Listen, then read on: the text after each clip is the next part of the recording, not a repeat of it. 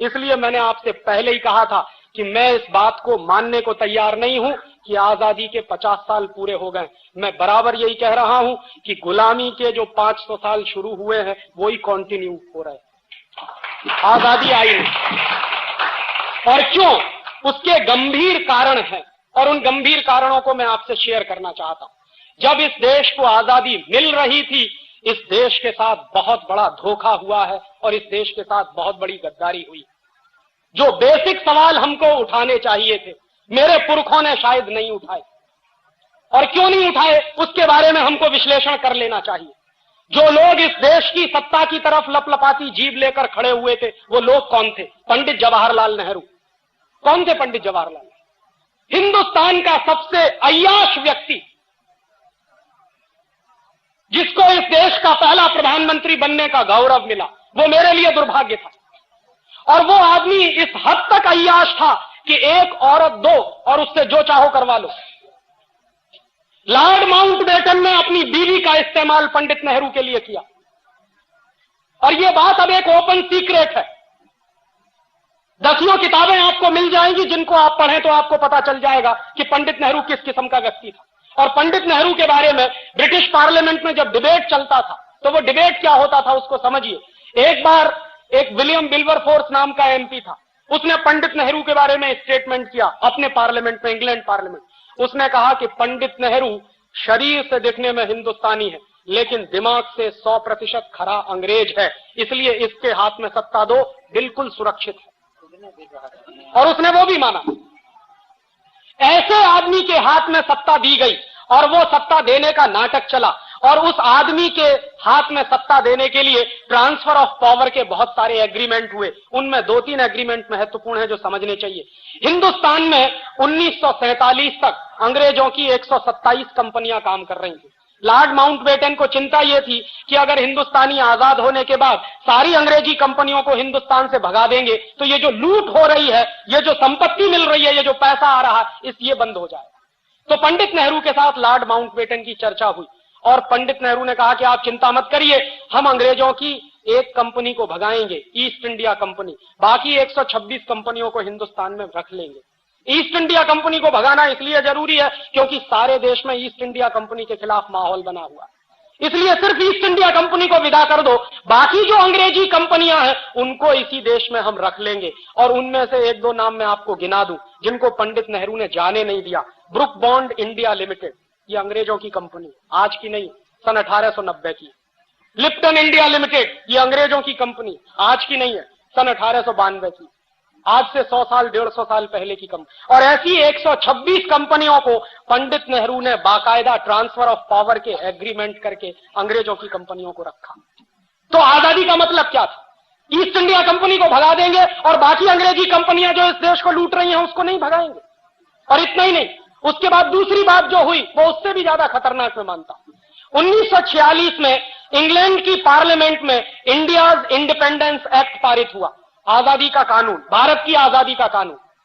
और मेरे जैसे नौजवान से अगर पूछा जाए तो हिंदुस्तान को ब्रिटेन के पार्लियामेंट से कानून पारित करने के बाद आजादी दी गई है, हमने आजादी ली नहीं।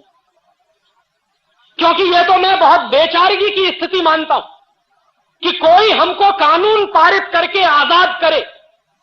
और पार्लियामेंट के नियम होते हैं, अगर मान लीजिए आज पार्लियामेंट ने एक कानून पारित किया और उस कानून के पारित होने के बाद हमको आजाद किया, कल को अगर वो पार्लियामेंट उस कानून को वापस ले ले तो हमारी आजादी का होगा क्या?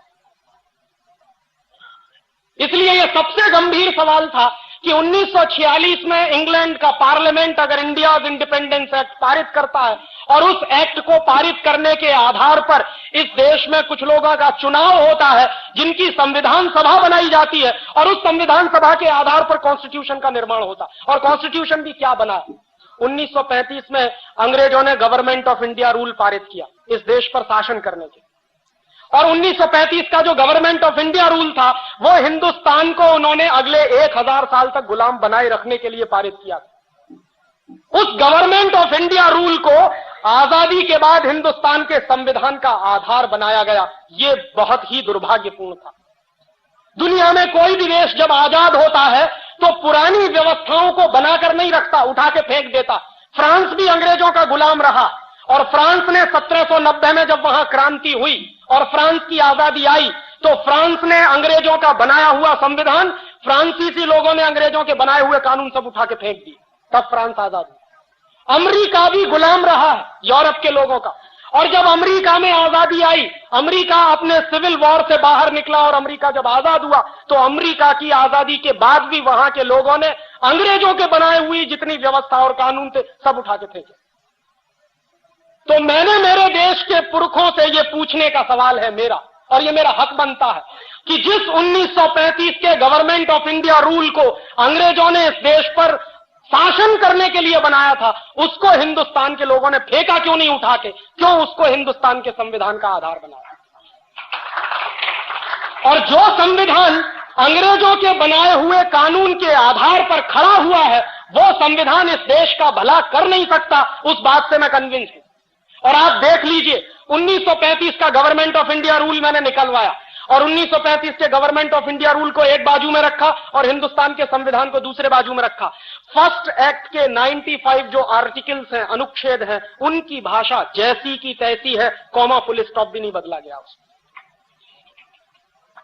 माने जो कुछ अंग्रेजों ने तय कर दिया था उसी को आजाद हिंदुस्तान के अय्याश प्रधानमंत्री ने हिंदुस्तान का संविधान मान लिया। ये आजादी कैसी आजादी? और उससे भी ज्यादा तीसरा गंभीर सवाल मैं ये उठाता हूं कि जिन कानूनों को अंग्रेजों ने हिंदुस्तान को लूटने के लिए बनाया था वो कानून आज भी क्यों चलते हैं? 1860 में इंडियन पुलिस एक्ट बनाया और 1860 का जो इंडियन पुलिस एक्ट बनाया अंग्रेजों ने, वो जानते हैं क्यों बनाया? क्योंकि 1857 में बगावत हो गई थी, सारे देश में विद्रोह हो गया था। अंग्रेजों को डर लगने लगा था कि अगर 1857 जैसी बगावत अगर फिर से रिपीट हो गई तो हिंदुस्तान को छोड़कर जाना पड़ेगा।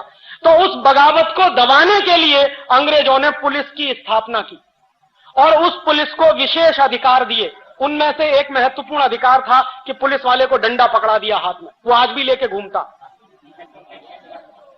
और वो जो डंडा पकड़ा दिया पुलिस वाले को हाथ में, उसके साथ कुछ अधिकार दे दिए। क्या अधिकार दे दिए?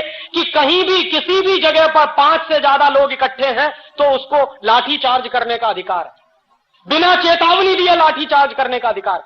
अंग्रेजों ने 1860 में ये इंडियन पुलिस एक्ट बनाया अपनी सरकार को बचाने के लिए, ताकि इस देश में बगावत ना हो और इस देश के लोगों की पिटाई करने के लिए, क्योंकि वो अंग्रेजों के खिलाफ बगावत करना चाहते हैं। वो 1860 का बनाया हुआ इंडियन पुलिस एक्ट आज 1997 में भी चलता है। इसलिए मैं कहता हूं कि आजादी आई नहीं। और उसी साल में अंग्रेजों ने इंडियन सिविल सर्विस एक्ट बनाया। ये जो कलेक्टर होते हैं ना, ये जो जिलाधिकारी होते हैं, ये इंडियन सिविल सर्विस एक्ट अंग्रेजों ने हिंदुस्तान के गांव-गांव के लोगों से रेवेन्यू कलेक्शन करने के लिए, गांव-गांव के लोगों पर अत्याचार करके लगान वसूलने के लिए कलेक्टर की पोस्ट बनाई थी। वो कलेक्टर की पोस्ट आज 1997 में भी जारी है। 1860 का इंडियन सिविल सर्विस एक्ट आज भी चलता है। 1858 में उन्होंने इंडियन एजुकेशन एक्ट बनाया और इंडियन एजुकेशन एक्ट बनाने के पीछे लॉर्ड मैकाले की बहुत स्पष्ट योजना थी। लॉर्ड मैकाले ये कहा करता था कि इस देश को अगर हमेशा हमेशा के लिए गुलाम बनाकर रखना चाहते हो तो हिंदुस्तान की स्वदेशी शिक्षा पद्धति को खत्म करो, उसकी जगह पर अंग्रेजी वाली शिक्षा पद्धति लाओ। तो इस देश में शरीर से हिंदुस्तानी लेकिन दिमाग से अंग्रेज पैदा होंगे, और जो दिमाग से अंग्रेज पैदा होंगे वो इस देश की यूनिवर्सिटीज से निकलेंगे और वही लोग शासन करेंगे तो हमारे हित में करेंगे। ये 1858 में 1858 में अंग्रेजी सरकार ने लागू किया ये एक्ट, और उसी एक्ट के लागू होने के बाद कलकत्ता यूनिवर्सिटी बना, बॉम्बे यूनिवर्सिटी बना, मद्रास यूनिवर्सिटी बना। वो कानून 1858 में जो बनाया था वो आज भी चलता है और ये तीनों यूनिवर्सिटीज गुलामी के प्रतीक इस देश में खड़े हुए। 1894 में अंग्रेजी सरकार ने लैंड एक्विजिशन एक्ट बनाया, जमीन को हड़पने का कानून। और जमीन को हड़पने के काम में हिंदुस्तान में डलहौजी नाम का एक कुख्यात अंग्रेज ऑफिसर था, वो मशहूर था। जहां जाता था, जिस राज्य में जाता था, उसी राज्य की जमीन हड़प लेता था। झांसी की स्टेट उसी ने हड़पी थी जिसके खिलाफ झांसी की रानी लक्ष्मीबाई की लड़ाई हुई थी। और झांसी की रानी लक्ष्मीबाई ने अंग्रेजों के खिलाफ जो लड़ाई लड़ी अपने स्टेट को बचाने के लिए, उस झांसी की रानी लक्ष्मीबाई को मरवाने का काम जानते हैं किन लोगों ने किया? ये खानदिया सिंधिया खानदान। और ये सिंधिया खानदान वही है जिसके सपूत माधवराव सिंधिया आज भी हीरे की अंगूठी लेके हिंदुस्तान के मंत्री बनकर बैठते। ये वही लोग हैं जिन्होंने झांसी की रानी की हत्या करवाई थी अंग्रेजों के साथ साजिश करके। वो लोग आज भी इस देश को रूल करते हैं। वो गंदा खून जिसने अंग्रेजों की मदद से इस देश को बर्बाद करने में कसर नहीं छोड़ी, वही खून आज भी इस देश में मंत्री बनकर बैठता। उनकी अम्मा एक पार्टी में है और वो दूसरी पार्टी में, और उनका बस चले तो बेटा बेटियों को तीसरी पार्टी में भर्ती कर दे, क्योंकि जिंदगी भर अय्याशी का जो नशा चढ़ गया है वो उतरता नहीं है। राजे महाराजे अब एक दूसरे किस्म के पैदा हो गए। पहले पुराने जमाने के राजे महाराजे और होते थे, अब ये नए राजे महाराजे पैदा हो गए। तो अंग्रेजों द्वारा बनाए गए वो सारे कानून जो इस देश में चलते हैं, अंग्रेजों का बनाया हुआ संविधान का आधार जो इस देश में चलता है, और सबसे बड़ी बात 1946 का इंडिया इंडिपेंडेंस एक्ट जिसके आधार पर हमको आजादी मिली। इसलिए मैं कहता हूं कि इस देश में आजादी आई नहीं, बहुत बड़ा झूठ और बहुत बड़ा फरेब आपके साथ हुआ। और एक आखिरी बात इस आजादी के बारे में और कह दूं, जब लॉर्ड माउंटबेटन इस देश को आजाद करने की बात कर रहा था तो इस देश के बहुत सारे ज्योतिषी थे, पुराने दस्तावेज मैंने बहुत इकट्ठे किए, और उनको जब मैं देख रहा था तो 1945 से इस देश में बहुत सारे ज्योतिषियों ने भविष्यवाणी करना शुरू किया, और सारे ज्योतिषियों ने भविष्यवाणी करना शुरू किया, और सारे ज्योतिषी इस बात पर सहमत थे कि 15 अगस्त 1947 की रात को आजादी ना ली जाए, वो दिन अच्छा नहीं है। उनके अपने कुछ कैलकुलेशंस होंगे, ज्योतिष का शास्त्र है, ज्योतिष का विज्ञान है इस देश में, और बहुत विकसित विज्ञान है, मैं मानता हूं उसको। और इस देश के उस जमाने के सारे बड़े ज्योतिष शास्त्री कह रहे थे कि 15 अगस्त 1947 की रात को आजादी मत लीजिए। पंडित नेहरू से मना किया था, सरदार पटेल से मना किया था, लेकिन ये सत्ता के मोह में इतने अंधे थे कि जो कुछ अंग्रेज कह रहे हैं वो ही मानो। और उस जमाने में एक फ्रांसीसी लेखक था, उसका नाम था डोमिनिक लापियरे। उसने लॉर्ड माउंटबेटन से एक इंटरव्यू लिया। डोमिनिक लापियरे ने कई किताबें लिखी, उसमें एक किताब है फ्रीडम एट मिडनाइट, और ऐसी ही उसकी एक दूसरी किताब है the division of India and Lord Mountbatten. उसी दूसरी किताब में उसने लॉर्ड माउंटबेटन से जो इंटरव्यू लिया है वो छापा, और वो मैंने जब पढ़ा तो मेरा खून खौल गया। डोमिनिक लापियरे ने सवाल किया लॉर्ड माउंटबेटन से कि आप हिंदुस्तान को 15 अगस्त 1947 की रात के 12 बजे आजाद क्यों करना चाहते हो? ये काम तो दिन में करने के, आजादी लेने और देने के काम तो दिन में होते हैं, रात के 12 बजे तो दुनिया में सबसे ज्यादा कुकर्म होते हैं, आप ये क्यों करना चाहते हो? तो लॉर्ड माउंटबेटन का जवाब जानते हैं क्या था? लॉर्ड माउंटबेटन ने जवाब दिया है उस इंटरव्यू में कि मैंने जानबूझकर 15 अगस्त 1947 की रात को 12 बजे इस देश को आजाद करने का फैसला किया। क्यों?